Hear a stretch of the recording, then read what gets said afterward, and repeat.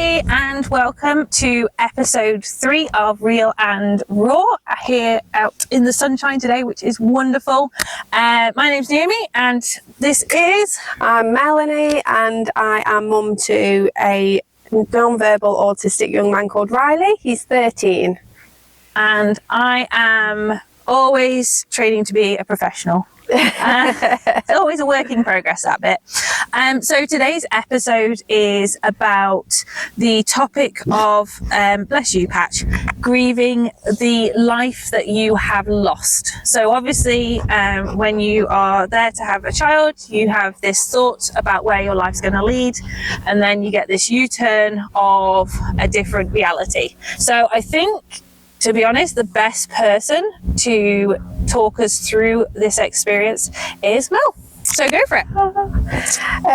Grief's a really hard topic. It's one that people don't talk about. It's one that you don't think about, and one that you parents feel so guilty about. But it happens to everyone. I didn't really realise it was happening at the time. I thought I was being bitter. Why me? Why my son? And actually, looking back on it, it was grief. And people say that you are wrong to grieve somebody that is still alive. But I suppose what I want to say is that it is normal to feel like that, and it's okay to feel it as well, and it lasts however long it lasts, and it doesn't even necessarily go away. Like for me, I'll go through periods of I'll be fine for so long, and then something will happen and that grief creeps back in again, and it's things that you don't expect. So when he was younger, it was, I would go and watch the school play when he was in mainstream school, and Riley was never in the play.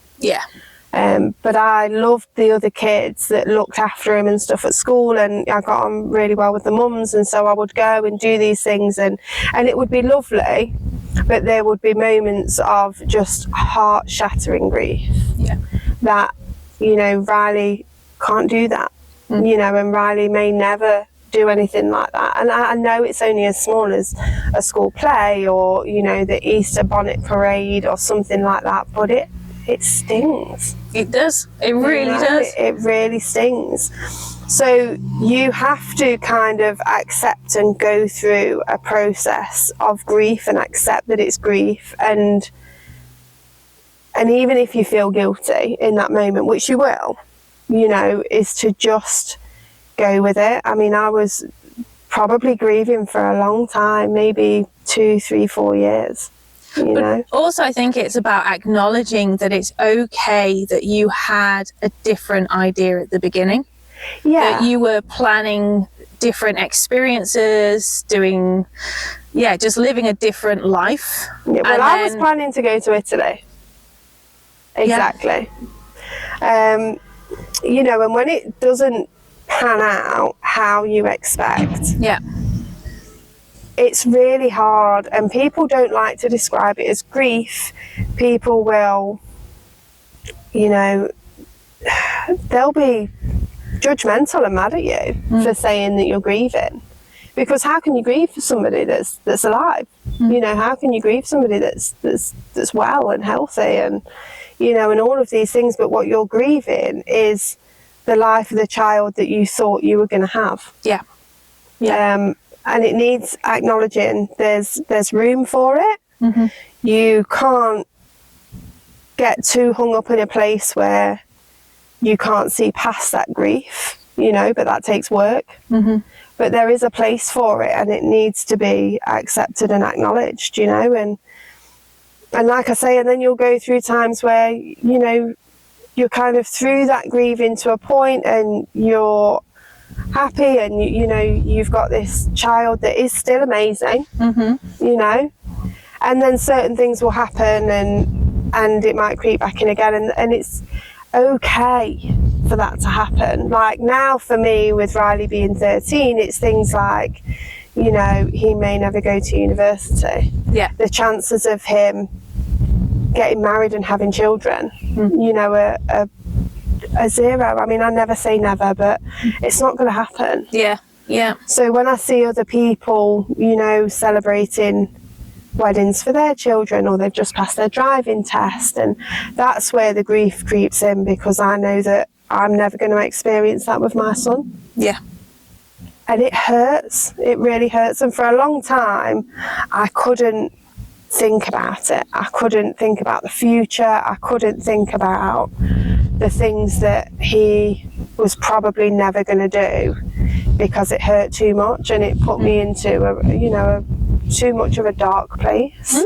Absolutely. And I think we see so many parents in that period of grief, and they either are too frightened to acknowledge that it's grief, or they don't realise that it's grief. And also like you say, the shame that couples quite nicely with guilt. Yeah. That you should just be grateful, but there isn't that place for human processing of change. Yeah. And also it's uncontrolled change. So something I've been doing this week, just for sheer understanding, is asking parents how their experience was with their child arriving into this world. Yeah. And different parents have all said how horrendous it was, because obviously there were complications, or there wasn't the care there, or there was misunderstandings, whatever the story was. So, and something that was said, it really kind of was like a light bulb moment, was like there was a point within their transition where they literally had zero control, and they just had to do what they were told. Yeah. And then the result is they've got this completely different lifestyle. Wow. That must be really hard. Yeah. That must be really difficult. Yeah. I mean, I was really lucky. You know, I didn't have anything like that during childbirth. You know, it was probably 1 in a million. You know, there was no complications. It was very, you know, straightforward and how I wanted it. Yeah. So I can't imagine how that must. But isn't that interesting? Like, you can either have that story where it's from like the first hour things are just sideways, to then your story, which was after a turning point, wasn't there? Yes. Am I allowed to say that? Oh, it's real and raw. It's real and raw. Okay, so I don't believe that Riley was born autistic. He was a very textbook pregnancy, textbook birth. You know, I went into hospital at 10:30 at night. One night I had a water birth exactly how I wanted. I didn't have any pain relief. And by 6:30 in the morning, I was showered, hair washed, and I was on my way home. You know, he was a very easy, straightforward baby. He was never sick or sorry. He didn't cry. He was very settled. And he was developing normally, you know, neurotypically. He was developing. He was meeting milestones. He was a little bit behind with crawling and walking, but he loved his food, so he was chunky, you know, and so I put it down to that. The turning point for me was his MMR vaccination. And I know this is a really controversial topic, but I've got video evidence and all sorts of him pre-vaccination and also post-vaccination. So pre-vaccination, he had words, he was babbling, his eye contact was great, he would eat anything I put in front of him. His sleep, he slept from 7 till 7 from being about 8 weeks old. You know, he was so textbook. And within 3 weeks of having his MMR vaccination, his sleep was off. He lost all of his words. His eye contact was completely gone. He was starting, you know, to pick up really rigid behaviours. And it changed him almost overnight. And I know it's such a controversial topic, but you'll speak to parents that say, I knew from the minute he was born that something was off. Yeah. I didn't. Yeah. I didn't. I knew sort of 3 weeks post-vaccination, something wasn't right. Yeah. And it all disappeared. You know, he was saying, like I say, he was saying words, mum, dad, dog, woof, car, you know, and it just all went, you know, and slowly but surely, you know, things started to drop off, and he was night waking, and he was getting really fussy with food, and you know, he couldn't cope with loud noises all of a sudden and lots of people. So that was a real turning point change for me, and I think that's where the majority of my guilt came from. Is because I took him for those vaccinations, because you follow society and you think you're doing the best thing, and it's very controversial as to whether you are or you're not, but you do that, and I took him and I held him down for that, and it changed my boy in an instant. So that was, you know, that's been a really hard thing to deal with. Yeah, which is completely understandable, because also you'll never get the answer. You'll never know. No. You'll never know what he would have been like post if he hadn't, and all. Yeah, there's just so many question marks around it all. Yeah, there's so many question marks that, like you say, I'll never get the answers to, and I think that's the hardest thing for me to accept. Was I spent a lot of time thinking, if I hadn't have done that, what would it be like? Yeah. What would it be? Yeah. And then there's the third set of kind of experiences where basically, for whatever reason or circumstances, children then get taken in care by other people, whether it's family, extended family, amazing fostering people, and their whole world is suddenly, it's a step change. Yeah. They wake up one day in one situation, then they wake up a day in another situation, and they don't have a 9 months to get used to something. No. The idea, it's just instantly changed. Yeah. So it's really interesting. I think that's kind of crucial for professionals to know which start people had, because they bring about different experiences and presentations then when you start interacting with them. Yeah, of course. I mean, but that's, again, it's hard because from your perspective, you need the parent to be completely open and honest and know that it's, you know, going to be heard with no judgment. But I couldn't come to a professional when Riley was 3 and 4 and 5 and say, I'm really grieving. Am I bitter? Am I angry? I was all of these things, you know, but it's important for you to know so you can best help. So I think, like I say, one of the most important things is for people to actually realise that it is normal, and that if you are working with the right professionals, the right therapists, there won't be that judgment. And that's why it's so important to, if you can, to pick wisely the people that you feel most comfortable with, because you need to work through it. Oh, massively. And also, like, gosh, it's part of the first message people get from me is like, you need to go and see somebody for yourself. Yeah. To process your feelings, your emotions. And it needs to be someone different to the person working with your child, because actually it needs to be in a complete safe space that is all about you. Because it can very easily get like transitioned across. So, but through just seeking that, even if it's for a couple of sessions, just to acknowledge, accept, process, but then also move forwards to go, okay, so I've now accepted this part, what's next? Where am I going to go to next? What life can I build with what I've got? But yeah, I know the parents who have gone and sought that support, or just seen somebody for 6 weeks, 6 sessions, whatever, they come back at such a different place. Which is so much easier to work with them and the child, because they're now balanced. But as a mum, I can tell you it's bloody hard to admit. It's really hard to admit, and it's not even just the shame from other people.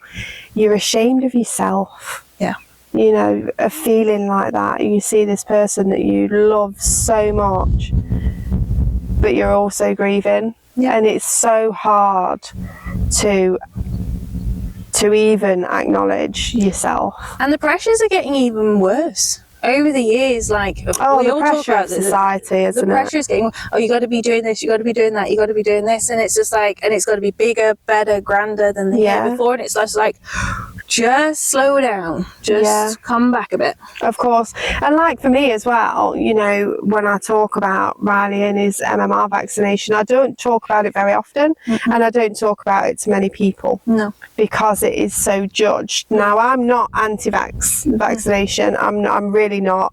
What you do is your choice. If you want to do that, that's, you know, go for it. I've got no judgment, opinion on it. It's up to you. If I had my time again, would I vaccinate him again? Absolutely not. But that's because of my experience, and that would be my choice. You know, Riley's never had another vaccination since then. You know, he hasn't had COVID vaccinations, hasn't had any. Yeah. Because clearly something within Riley doesn't agree with, you know, with the vaccination. You know, the combination is different, and that's my choice and my opinion. And I wouldn't push that onto anyone else, you know, same as I wouldn't judge somebody else that did get their child vaccinated. But also that's to be respected as well. Yeah, of the course. fact that you choose not to. It's not... But people don't. No. People don't. So I tend not to talk about it a lot. Yeah. But again, that comes with the guilt and the shame, and people will say, oh, you're just looking for something to blame. Yeah.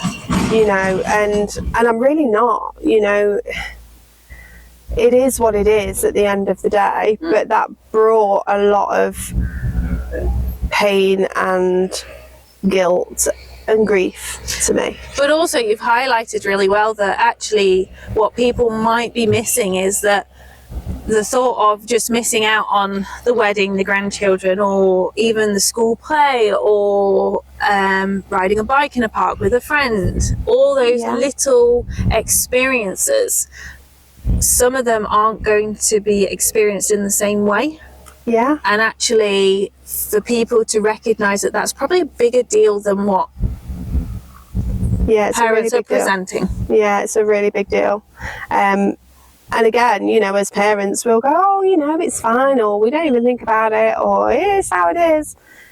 They're lying. Yeah. They're lying. You know, it's a big factor in breakdown of relationships. Yeah. As well. Yeah.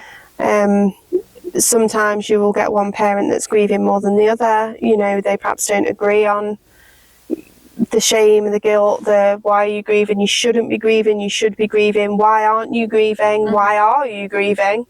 You know, and so it's a big factor between relationships, families, friends, all of those things.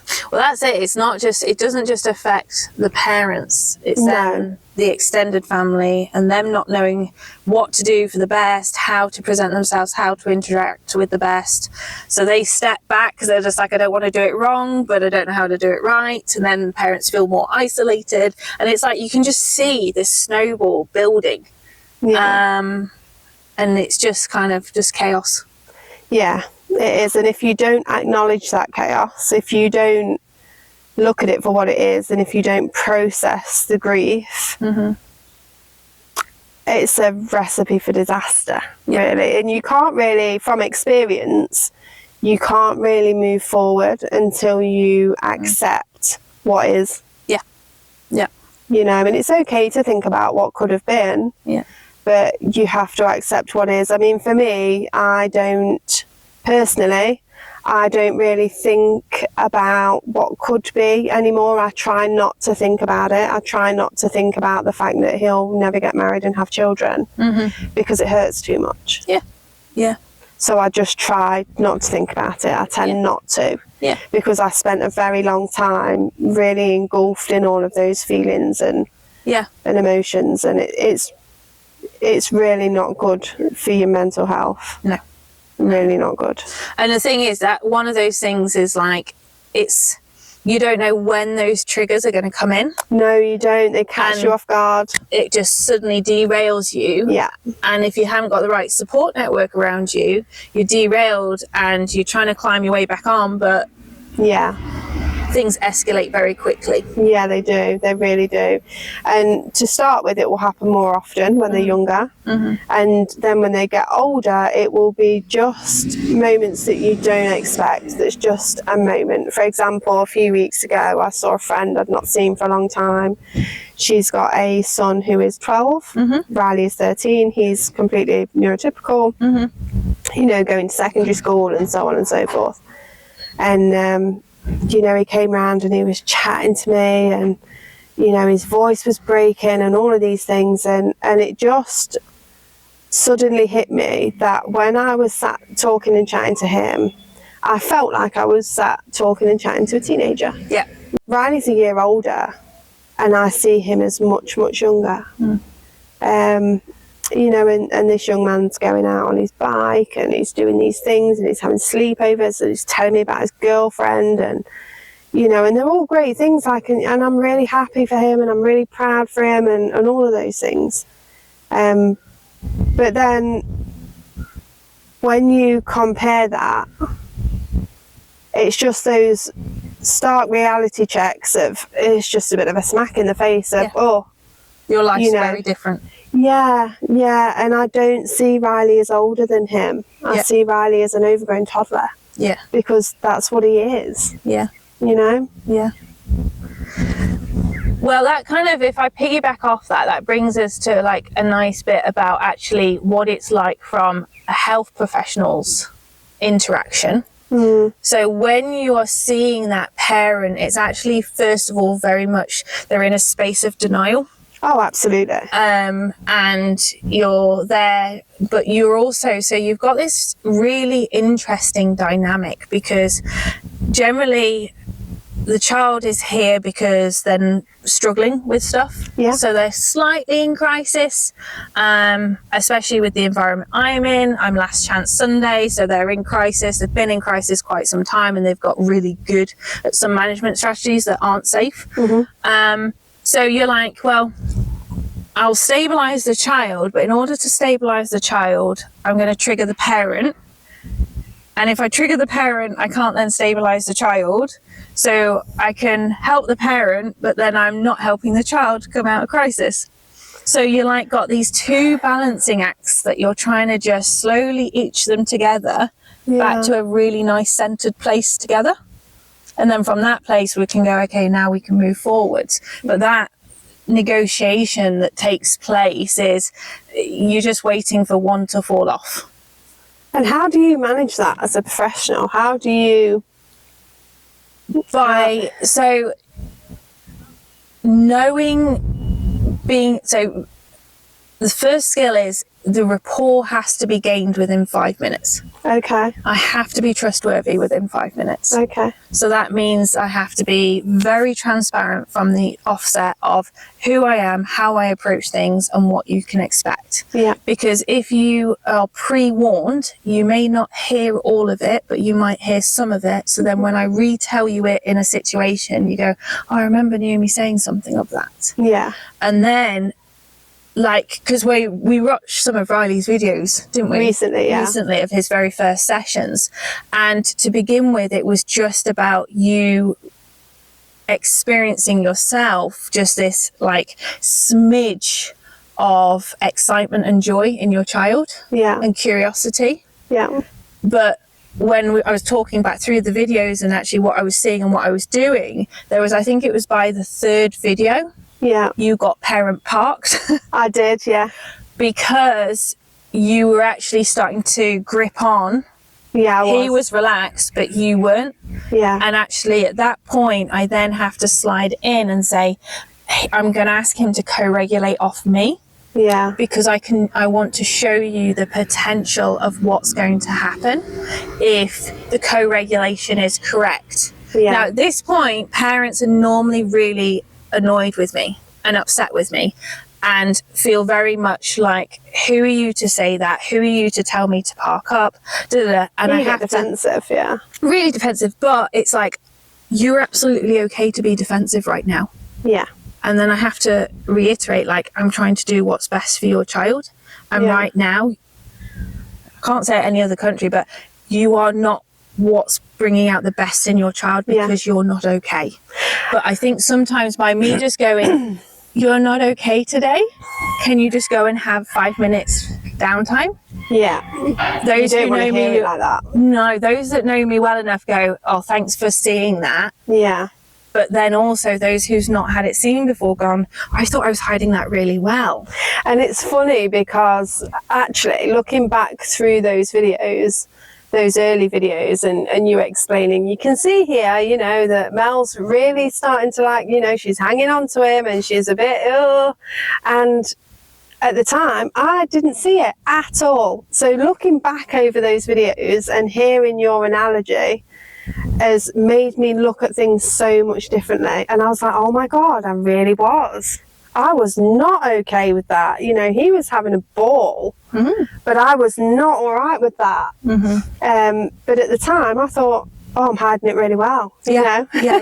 But it's and that's the professional has to get really good at reading the nonverbal. Yeah. And knowing the points when actually there's places you need to go, but actually as a family network, you don't have the capacity to cope with that. Yeah. And the co-regulation, people, you don't even think about co-regulation. No one tells you about co-regulation. They really don't. No. And looking back at those has really opened my eyes to what was, and has really made me, you know, obviously think about that moving forward in different scenarios, but it's really made me realise how much of an effect I had because I was not okay. Yeah. You know, I spent, like I say, 3 or 4 years minimum being really not okay. But also you're in a state of survival and there's nobody there, and it's something I'm very aware of. There is nobody there to say, hey, how can I help you? Yeah. And I think one of the things that over the years that I find really important from my perspective is the first 5 minutes of a session is actually checking in with the parent. Yeah. And going, how are you coping? How's your week No one been? asks you that, you know. It's straight to... Yeah, so how's the child been? Also, parents love to deflect onto the child, going, oh, yeah, they've done really well. I'm like, well, that's really interesting because I asked how you were. Yeah. Yeah, deflection is my best attribute. Yeah. Yeah. I know where Riley gets it from now. If in doubt, deflect. Oh, brilliant. But it's so important. And like you say, there isn't anyone that says, you know, how are you doing? Yeah. You know, you go to all these professionals and they say, how's the child? Yeah. You know. And as you talk about grief, like, fortunately, unfortunately, I have had quite a lot of practice of people showing up at the farm and then suddenly go on, so-and-so close to me has just passed away. And most people go, oh, I'm really sorry to hear that. Well, actually, what they need to someone to say is like, that is utter pants and rubbish. Yeah. To acknowledge that it was not okay for that sudden change to happen. And you can see their body just go, oh, I don't have to practice my script of like, oh, they did it, and go through the whole story. Someone just, so as a professional, you have to really think about your questions and also where the person's at, because you don't want them to go into their automated scripts. Yeah. So if you ask obscure or do obscure responses, they're like, oh, I don't have a script for that. Oh, shoot. I've now got to be honest. Yeah. Yeah. Yeah. You know, she's got me. She's sus me. Yeah. Yeah. It's my usual, she's sus me. Yeah. Yeah. But I think, that whole different potential and different future. But also, well, actually, that will piggyback on that bit. Like, we've had many discussions about also professionals completely not giving the potential. Oh yeah, absolutely. So any hope you had or still remained of some good things happening in the child's life, got squished through and I'm not blaming professionals at all. Gosh, I know the intensity of it all, and suddenly then they're like, oh, right, so what am I left with? Just this being that is going to eat, poop and sleep for the next 30, 60 years. Yeah, and also, am I going to be able to keep them at home safely? Are they going to end up going into, you know, a residential facility? And I suppose you've got to kind of think from a professional's history viewpoint, you know, that used to be what happened. Well, we can't give false hope either. Yeah, absolutely. You can't give false hope, I suppose. But that used to be what happened, you know, with children like Riley, and we've come such a long way. Okay, we've got a long way to go. You know, America's way ahead of us. Yeah. But we're doing more. We're trying more things. We're experiencing different kinds of therapies and all of these things. You know, it's getting better. So they don't really know what it could or might not look like. No. But like you say, it's that not wanting to give false hope. But at the same time, what I got tired of hearing was, he'll never do this, he'll never do that, he'll never do the other. And yes, okay, I'll sit here and say he probably won't ever get married and have children. I know that it's very unlikely. I never say never, but I know it's very unlikely. You know, I'm realistic. But when they would say, he'll never talk, he'll never go to school, he'll never do this, you might not be able to keep him at home. You know, they're really hard things to hear. Mm. You know? Yeah, absolutely. But also, like, from my perspective, and it's just from more the person I am, that I don't say your child can't do this, but I will be open and honest saying I don't know how to make that happen. But are you interested in us trying and exploring how to make that happen? Yeah, exactly. And just saying, like, I'm willing to think outside the box, I'm willing to learn new skills. There's many children that have come with different things, and I think, do you know what, there's more potential than I can access, so I'll go off and do more studying or talk to different professionals in different areas and go, any of you guys got any ideas on how we can open up this potential? But it takes time and effort from a professional's standpoint. So if the system hasn't allowed that capacity, and keeps the flow, you can understand this discord is... Yeah, you can. And not only does it take, you know, time and effort, but it takes that, what's the word I'm looking for? It takes that real inner true passion to want that for the person. And not every health professional has that. You know, no, you're truly invested in your clients, but I can't say the same for every single professional that we've seen, and that's reality. 100%, and it's about then knowing, like you've always said, surrounding yourself with your people. Yeah. So if that's because I know many of clients who don't fit me. Yeah, of course. And because I am the wrong personality for them, because they don't want the kind of potential future that I strive for, because actually it takes a lot of time and effort and input from everybody. And that's just not for them, so that's absolutely fine. So it's just like, here, go, and we slide them to all the different people who would be a better match for them. And that's, I always think, like, especially therapists, are like pairs of shoes. It either feels comfy and it fits, or it doesn't, and it's okay for you to move between them until you find your people. Because once you do, then you will thrive. And that's when we start to, like, on those newer videos, and you're just like, oh well, and I was going, but I've just taught him this in 5 minutes, and you're like, oh, I was like, your child can learn. It was the, you know, he won't be teachable. You know, and you showed me that he was teachable. So I think having that conversation of potential and your strive for potential from a therapist or a professional, whoever it is that you're seeing, is so key. It's so key because it gives you hope.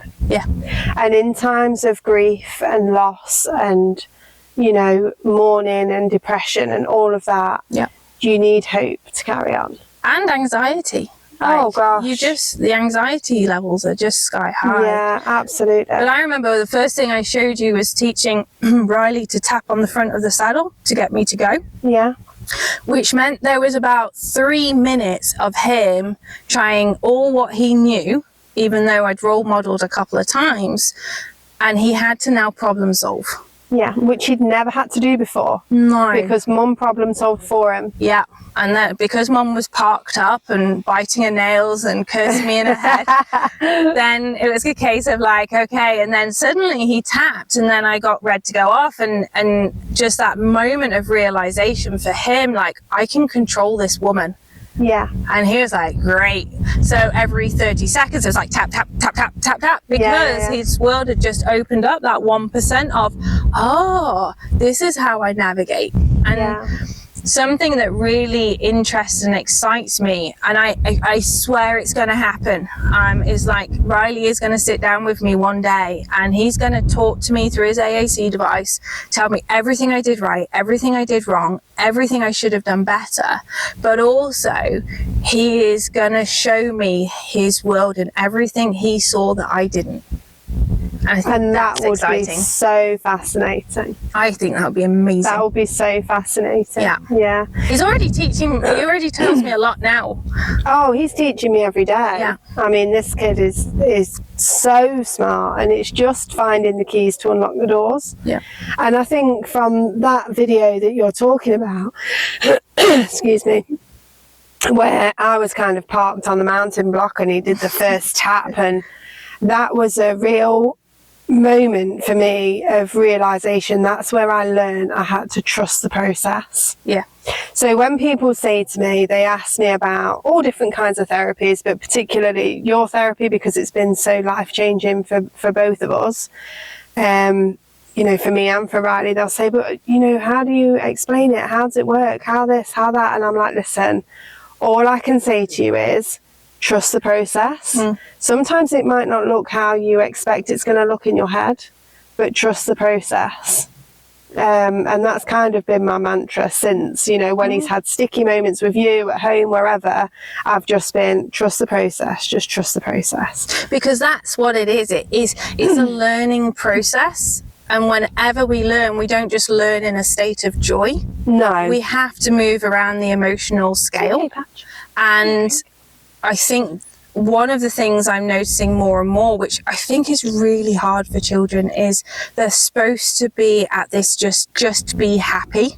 And I think that standard is just unattainable, because I've never met another adult human being who can just be happy. So not allowing that exploration. But yeah, so I think the journey forward, we've got to show what can be, but that it won't look the same. That it will be different, and that though that they can have their identity, but it will be that unique identity. But when you come through that initial period of grief, you know, and it's rough, I'm not going to lie to you, it's really rough. Once you've come through that and you've acknowledged it, and I'm not saying accepted or got over, or you never get over it, you don't. No. But once you've acknowledged that period of grief and you start to see these moments of different potential, you know, it's really beautiful. Absolutely. And you can get through it. And like I say, that, you know, you will have periods of grief and it will happen forever, no doubt. You know, well, I don't think, like, I'm a big believer that grief never decreases, but time just gives you more capacity to hold it. And I definitely hold it better now than I ever have. I couldn't talk about this without being in floods of tears. I am gutted, because I really do need the grass watering, and I was like, yes, great, Mel's coming today. Yes, I've got her. Yeah, no, we're going to do grief, and she's going to be absolutely a blubbering wreck. But I've had to do a lot of work on myself, and I've had to do a lot of acceptance and a lot of acknowledging, and a lot of kind of soul searching to be okay with it, because I was so far from okay. It's unreal. You know. I can't even explain the darkest of days. Oh, yeah, absolutely. And I think just for people to be aware that there are some very dark days for parents. And those dark days can last for seasons. And they can. And respect it, give it place, hold it. You know, and like you say, as time goes on, you just get more space to hold it better. And you do hold it better as long as you are honest enough with yourself to acknowledge. And I think that's the key, is to acknowledge.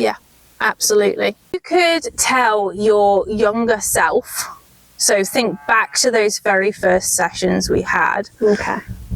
What would you tell your younger self? So this is kind of like all those that are just starting on the journey of raising a child with a disability who's neurodivergent, or has come into contact on becoming a carer for someone.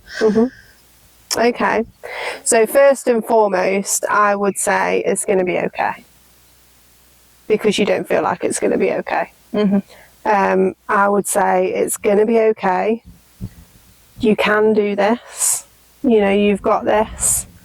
I would say find your people and trust the processes.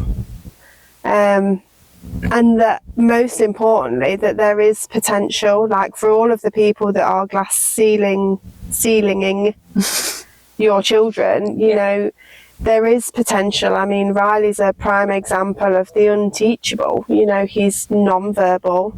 People would say severely autistic. You know, he wasn't potty trained until he was 8 years old. You know, his sensory processing disorder and OCD, he was so rigid in his routines, and you know, we had to do certain things at certain times of the day, or hell would break loose, and we were really in the thick of it. If I could tell myself then that this is going to be okay, you're going to work through this, and this isn't going to last forever, I think I really would have needed to hear that.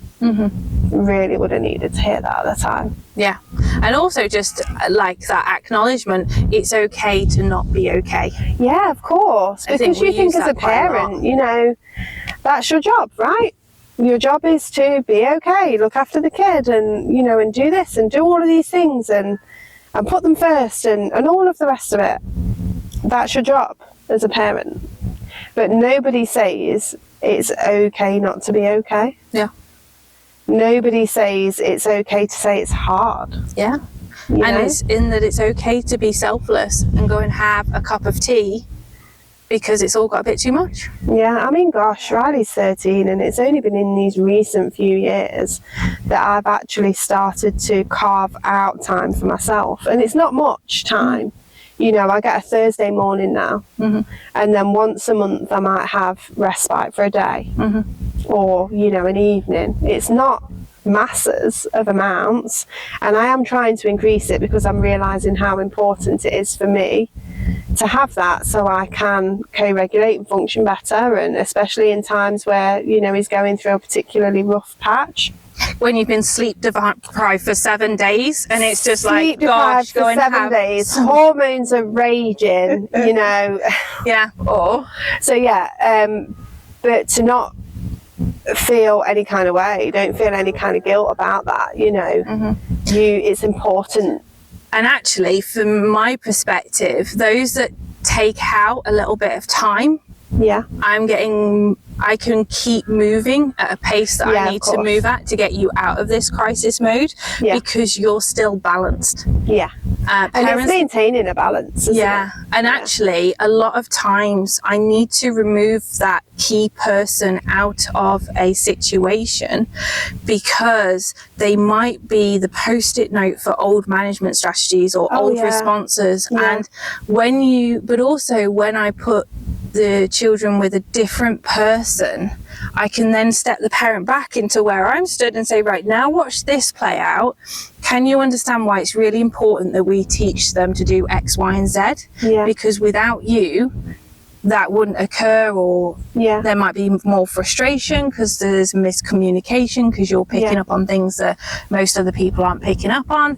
And it's from that place it goes, so it's okay for me to change. And it's like, absolutely, because that child can't grow up from a toddler state if we're innately automatically still responding to them in that way. And also, as a mom, and any mom will tell you, you know your child so inside out. Riley didn't have to ask for a thing. You know, I just knew he made a certain noise. I knew what he wanted. And because he was with me all the time, then when it came to him going to nursery, going to school, that's when we really hit stumbling blocks, because in his mind, well, I make that noise and it happens, and why is it not happening now? And then you get the escalated frustrations, the miscommunication, the misunderstanding. So if I could have told myself then, it would have been to look at things like that and broaden his understanding of communication, and broaden, you know, the way that he requests, responds. And then it's all of okay those for things. him to interact with others. Yeah, and it not absolutely. and it not go to plan. Yeah. Because it highlights, oh, we haven't got this bit fully in a functional way. Yeah. And that's really necessary. And talking about that being really necessary is, you know, I go back to saying that I was Riley's person. I'm still Riley's person. I'll always be Riley's person. Absolutely. However, I didn't do him any favours by not teaching him young enough how to communicate with other people. Yeah. Because it meant, first of all, I couldn't have that time. Yeah. Because nobody else could care for him. Yep. So I was running on empty, you know, for years on end. Yeah. Which, just to say, like, I see, and parents now are becoming sick. Yes, because I they've was been sick. on the I was adrenaline really sick. cortisol for too long and get adrenal fatigue and then chronic fatigue, and it just spirals, and it's just like, ooh, hold up a second. Absolutely. I mean, I need two poorly people. I look back at some photos from when Riley was about 5 or so, and I was giving him a piggyback in the park, and I look at myself in the picture and I don't recognise myself because I was so sick. Yeah. I was drained and tired and fatigued, exhausted. I was stressed. I thought, you know, if I could just do more, learn more to help him. So I was, when he was asleep, I was researching. He was sleeping for 1 or 2 hours a night, constantly, not napping in the day. I'd had it. I was probably 7 stone 4 wet through. And I was sick. I was on antidepressants. It was not good. No. But at that point, you're just trying to survive with the child. I was just trying to survive, and I didn't know what to do. There was no one saying to me, it's okay to grieve, and it's okay to carve time for yourself. It's okay to say that you're exhausted, and what can I do to help? Yeah. You know, I didn't have that. Yeah. And that's not through lack of family or lack of trying. You know, I was very much Riley's protector. You know, I didn't trust people with him because he was so special, so unique, so tricky. So a lot of that is, I should have worked on myself in that time as well. I think I'd have coped a lot better if I'd have shared the responsibilities a little bit. But yeah, it does make you so sick, and I see a lot of sick parents now. Yeah. You know. Yeah. And that's like, as the role here, sometimes it's just like, go and sit on the rocking chair. The amount of times you've said to me, go and sit in the car, have a nap. Yeah. I'm like, you can see me, we're just in here, watch what's happening, because I think it's really important for you to observe what I'm doing, how I'm interacting and stuff like that. But also I'm very like, you're not in a place where you just need 10 minutes, you need half an hour, go and have it, and then join us, because actually right now, when you leave the farm, I need you to be back up to a like 10% battery life to at least function. Yeah, absolutely. And now I'm like, I'll drop him off on Thursday, pick him up on Saturday. Brilliant. No, we've got someone else who does an amazing job at that now. Okay, so I did make a list, and I can't remember off the top of my head, so I'm going to have to read them. Okay. And it's 10 things that I've noticed. So these children, they are so opposite to society's system, it's unreal. Yeah. And even they are so opposite to now the SEN system. Yes. It's unreal. Yeah. So I was just like, okay, I can make these statements, but Naomi, if you're going to make these statements, you best have some thoughts behind them. Okay. So these are like the 10 things that I see all families, like 10 life lessons these children teach each family. Okay. And the families that get it, literally, oh my gosh, their life is extraordinary. So let's see what you think to these. Okay, go. So they make sure that you stop and celebrate the small successes. Yes. So instead of looking for the graduations and all that, they go, look, I've walked up and down steps with alternate feet. I've learned to ride a bike. I've learned to bounce on the trampoline. I've learned to ask for a drink. Those small successes that the rest of us just go, oh, great, I've done that, straight on to the next one. They go, whoa, whoa, whoa, whoa. that was really important. Yeah, absolutely. And we've worked really hard to get that. I remember trying to teach Riley to jump, because one of the things that you remember I talked about the health visitor that came and I threw her out. One of the things that she said to me was, can he jump up and down? You know, they go through this list. And he couldn't jump. Yeah. And I'd not really realised that it was a thing. Well, we're still working on hop. Yeah, we are still working on hop. Yeah. But I spent about a year when Riley was 3 trying to teach him how to jump off the ground with both feet. Yep. And I bought a trampoline. Yep. And for the whole time, he just couldn't do it by himself. And he tried his hard, bless him. And I would model and I went, you know, would spend hours on the trampoline with him, holding his hands and bouncing him. So he got the feeling of the jump. He couldn't jump by himself. And I remember the first time he climbed onto the trampoline. He's like, Mum, come on the trampoline. Climbed onto the trampoline in front of me and he stood up and he bounced on his own.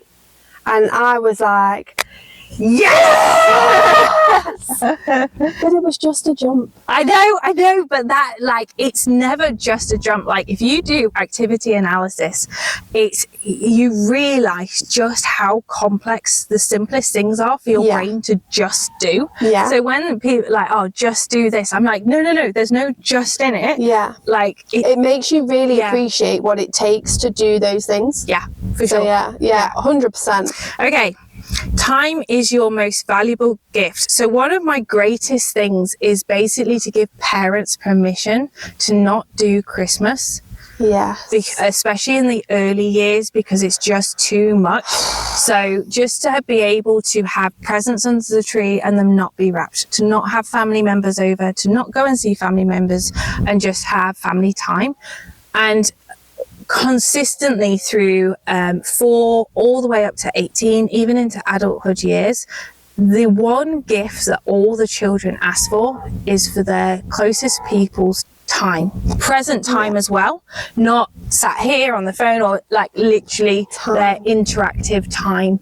And when parents like, I don't know what to buy them, I don't know what to do, I'm just like, honestly, just spend time with them. Yeah. Just do something through time, and they are the happiest little bunnies. I wish you'd have told me that when Riley was small, because Riley had his first Christmas, you know, and he was a baby. He was 8 months old, so he had help opening presents, and it was pre-vaccination and all of these things, and he had a great time. He had a ball.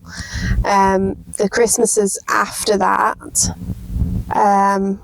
gosh, I found Christmas so hard.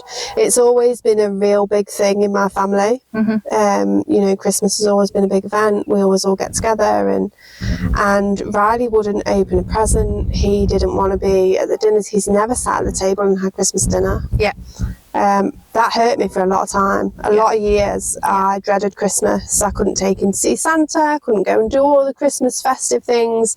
And going from a person that absolutely loves Christmas to going to somebody that absolutely dreads Christmas.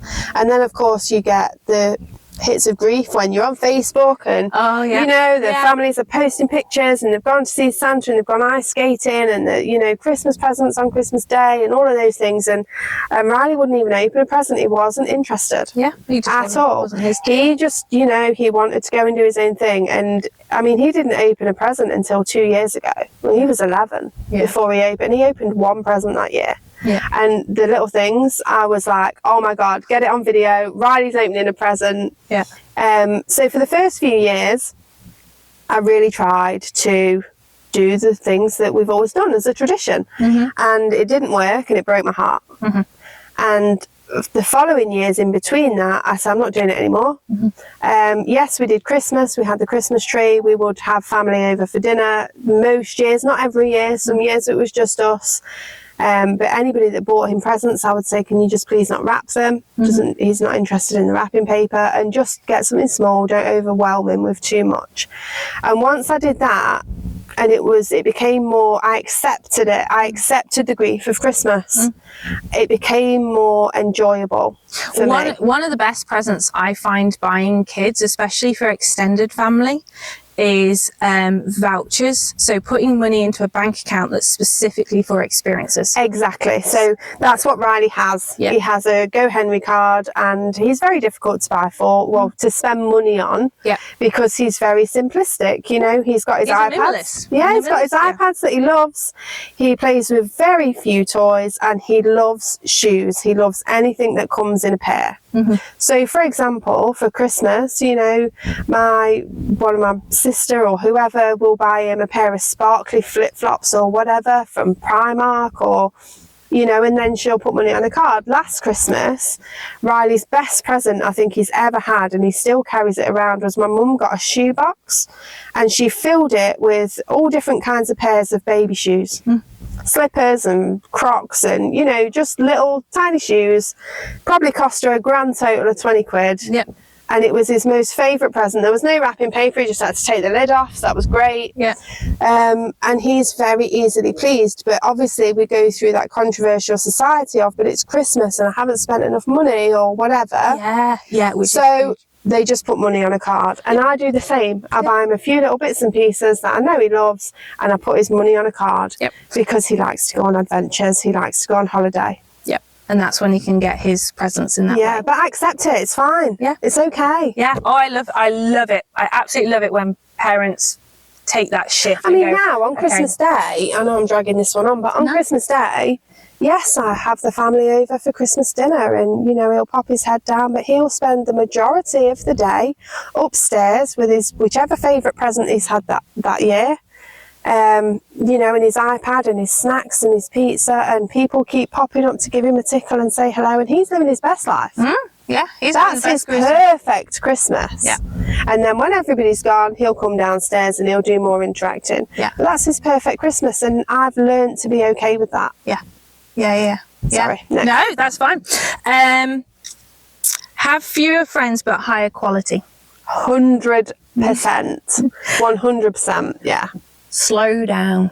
This is wonderful. I love this one. They're there just moseying around, and everyone's like, well, I got my job list, and they're like, why are we rushing? And I get it. Like, why are we all rushing to our grave? We can't fit it in our Wilden box, so why are we trying to get there so quickly? I have no idea. Yeah. So let's just come on to country time, and I'm well and truly on country time now. and they're just like, just slow down. Hey, look, there's dandelion vines. Let's just look at that. Let's just look at the clouds. And you just think, actually, you got a good point here. You got it right. Yeah. And the things that you miss when you're rushing is Huge. Yeah, absolutely huge. He's really taught me to slow down. Yeah. And life's better for it, definitely. Yeah. Stay present for what is around you and look at the detail. So we're always on to that next fix. And what they do is they go, isn't this, hey, just stop. Isn't this the most beautiful pile of mud? You can touch it, you can play with it, and they just get beautifully engrossed in something. And you just go, do you know what? I've never seen it like that, but I've actually never stopped to look at mud like that. Absolutely. And you think, actually, how many other things are we missing? Yeah, of course. And they're the things that you then start to realise. And I probably do that now more than I ever would have done had I not have had Riley going, just wait and look at this. Yeah. Wow, amazing. Okay, so the next one is don't take the path everyone else is, carve your own. So we all take Societal path. yeah, we all say this is the way, and like I said on the very first video, I don't want the conversation anymore about either or, it's and. Yeah. And actually, these people, the more I learn about them, the more they teach me, the more I realise that actually we have to follow their unique paths. Yeah, of course. They're all so different. Yeah, but You know, also we can still expect some things that are similar, but they might just appear in different ways. Yeah, it's having that level of expectation, and a realistic level of expectation. But, you know, in striving for potential, always strive for potential. Yeah. but don't be afraid to do something different. And what works for one family, what works for Riley, isn't necessarily going to work for the next family and the next child, you know? No. The same goes for the parents. How I grieve and how I process is going to be different to how someone else processes. Yeah. So you've got to carve your own path, and you've got to be all right with exploring different things, accepting that that doesn't work for you, Yeah. and changing your path to something else. And it's a difficult skill to learn, Yeah. but it's doable. Yeah. And do it, because it's you got to.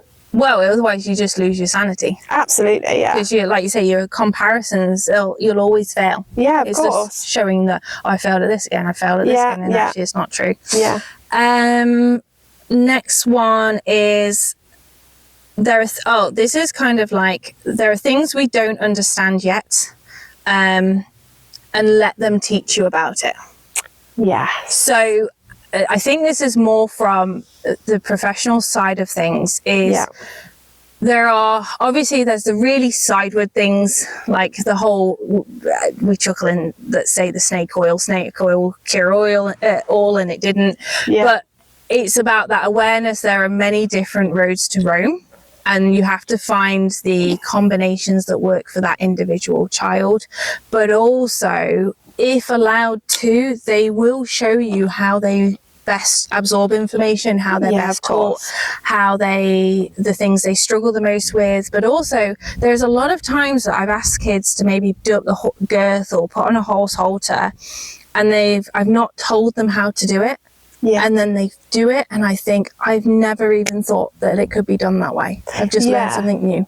But that links in really nicely with the slow down, because actually if you're not sure and you slow down and you wait and you watch, they do show you, you know, the way of doing things differently. And then you think, okay, that's what you wanted to do. So if I do that next time, we'll avoid this. And they're great teachers. Yeah. Great teachers. Yeah, absolutely. Absolutely. Okay, next one is I'm here to have an experience, which means there is no wrong way to do this. So if you think about our markers through life, well, obviously, who set those markers? Are those markers the right markers for you as an individual? But like I've just said, none of the stuff you have accumulated in this life can fit in your wooden box at the end of the road. No. You are just here for this 100 years. I've decided I'm living to 125 years of experiences. Yeah. So that whole enjoying today, because this is an experience. Yeah. Whether it's good or bad, you know, you take a lot from experiences. Yeah. You know, that's how we learn, that's how we grow, that's how we progress, right? But we're not supposed to have just good experiences. No, of course. How would we learn? Yeah. If we only ever had good experiences, how would we learn? I mean, I've done a million things with Riley and failed miserably, you know, and actually what it's taught me is to go back and reflect and think, right, how could I have done that better? Yeah. Yeah. What should I have done differently? What did I miss? Yeah. What was he telling me that I wasn't hearing? Yeah. You know, so it's an experience, and to not follow that societal, this is what you should be doing, this is how you should react, this is where you should be at. But also, if you set everything of like, this is an experience, you can't fail at experiences. Yeah, absolutely. And even if we call them failures, you know, I'll say I've failed at a million things. Did I fail, or did I just try? Well, yes, yeah. Either way, it's not, failure isn't a negative. It's just an outcome. Yeah, it's just not the thing that you wanted to happen. Yeah. What is next? Oh, I lost my place now. Done that one. I will insist that you become the best version of yourself. So really, really fascinated to watch as a professional. Yeah. Is families and adults around that person become their best versions, which is really difficult because I get to see the child challenging some of your beliefs and values that they think are not your authentic self. And the adult isn't aware of this.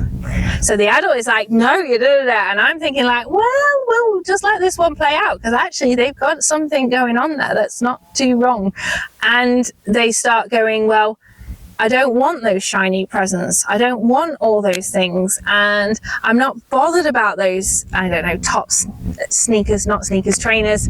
I'm not interested in that. I want to learn about this, and I'll become hyper fixated on this, and I'll become the best version of this. And I'm just thinking like, and you see this evolution happening, that because they're becoming their best self, it's drawing everyone around them up to be their authentic self as well. And it's just, it's a really beautiful thing to watch. It's a real experience as well. I mean, I've been on this journey now for, I can't count, 10 years. No, yeah, 3. He was diagnosed. So 10/11 years kind of been on this journey. And it's only been in this recent sort of, year or so, 6 months, maybe less, you would say, probably less.